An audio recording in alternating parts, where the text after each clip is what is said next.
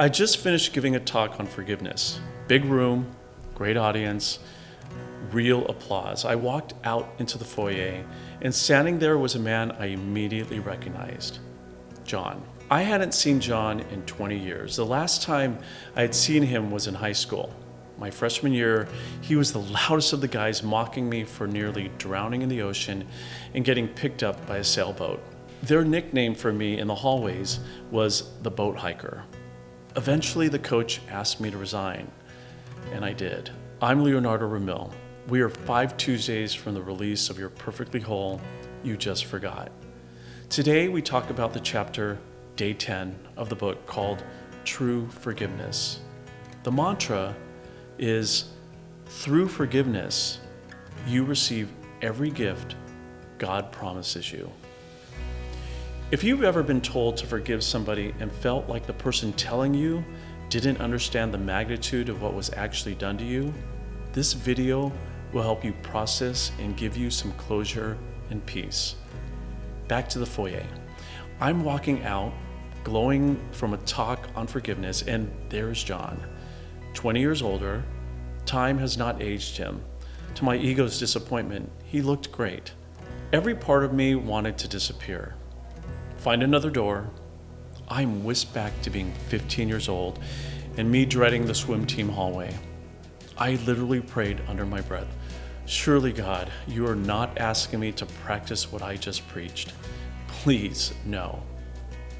But there we were. We end up face to face. He smiles and says, "Hey Leo, thought-provoking presentation.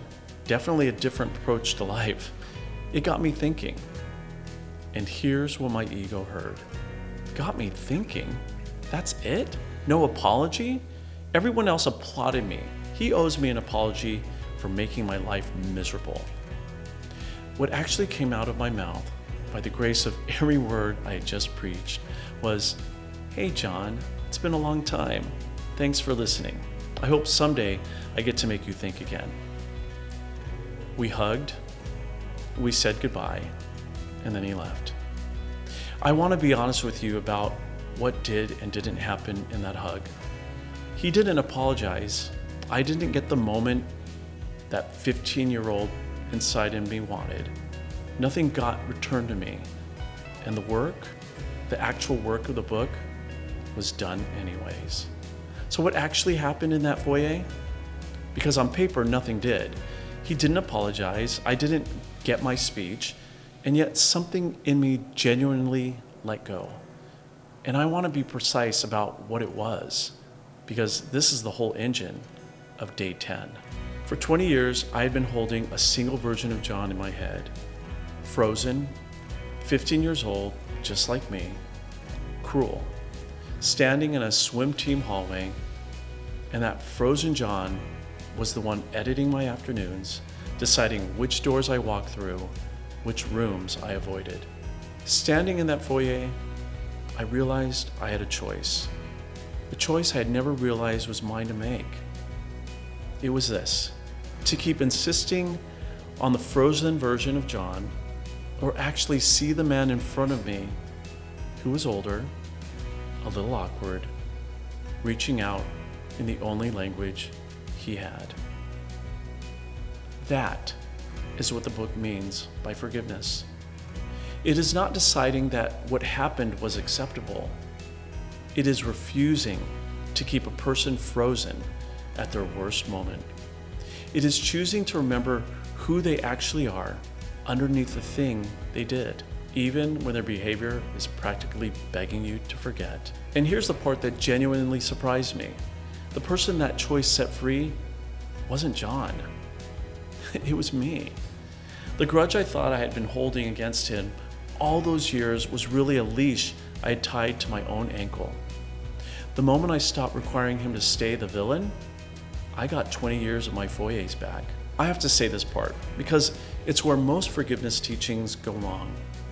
Forgiveness, in the way the book shares it, is not the requirement that you stay in the room with someone who is harming you. It is not the requirement that you go reconcile with a person who hurt you. It is not the requirement that you tell anyone you forgive them or call them or text them or smooth it over. None of that is the work. The work is internal. The work is in your head and in your nervous system. The work is the moment when you stop letting their action be the thing that defines who you are. They don't have to know about it. They don't have to deserve it. You forgive for one reason, so that you can have your own life back. Day 10 of the book gives 2 principles I want you to carry from now on. They're simple, but they're not easy.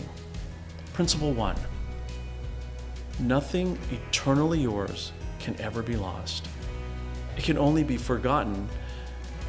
Your wholeness, your soundness, your innate worth, these were not given to you by the people who hurt you, and they cannot be removed by them. The most they can do is make you forget. Principle 2, the belief that there's something better than what you eternally possess is a story you made up. Let me say it again. The belief that there's something better than what you eternally possess is a story you made up. The grudge you made feels like protection. It feels like you're holding the line. But what the grudge is actually doing is letting someone's action keep editing your life. Decades later, in a foyer, 20 years after the fact. When you take those 2 principles seriously, forgiveness stops being something you do for them. It becomes the way you take yourself back. With that, let's do our pre-practice. If there's a name in your life right now, you can hold it gently in your mind for this. You're not being asked to do anything with the name, except just hold it. Now, close your eyes if you can. Step 1, pause. Big breath in. Notice your wholeness flowing through your body. Slowly exhale for 6 seconds. Today's mantra, through forgiveness, you receive every gift God promises you. Step 2, remember, the thing being forgiven today isn't out there. It's in here, in your heart. You're forgiving yourself for forgetting that you're already whole and that you were whole the entire time. Repeat with me. Through forgiveness, you receive every gift God promises you. Next, experience. Experience forgiveness, knowing there was never anything to forgive. Forgiveness of all the people who, like you, just forgot. The gift of this life, your perception, wholeness, completeness, eternal gratitude. Now, open your eyes, slowly come back when you're ready. One ask, pick the smallest forgiveness that's available to you this week. Not the biggest one, the smallest. Like the driver who cut you off, the colleague who took the credit, the text you keep redrafting. Use Day 10's mantra and watch what releases. The big one comes later. Don't skip the small ones. Just a few more Tuesdays until we launch.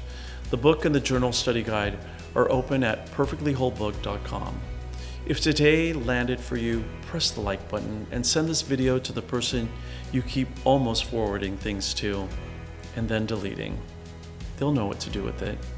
Keep following us and reading on Instagram and Substack. Until next Tuesday, pause, remember, experience. You're perfectly whole. You just forgot.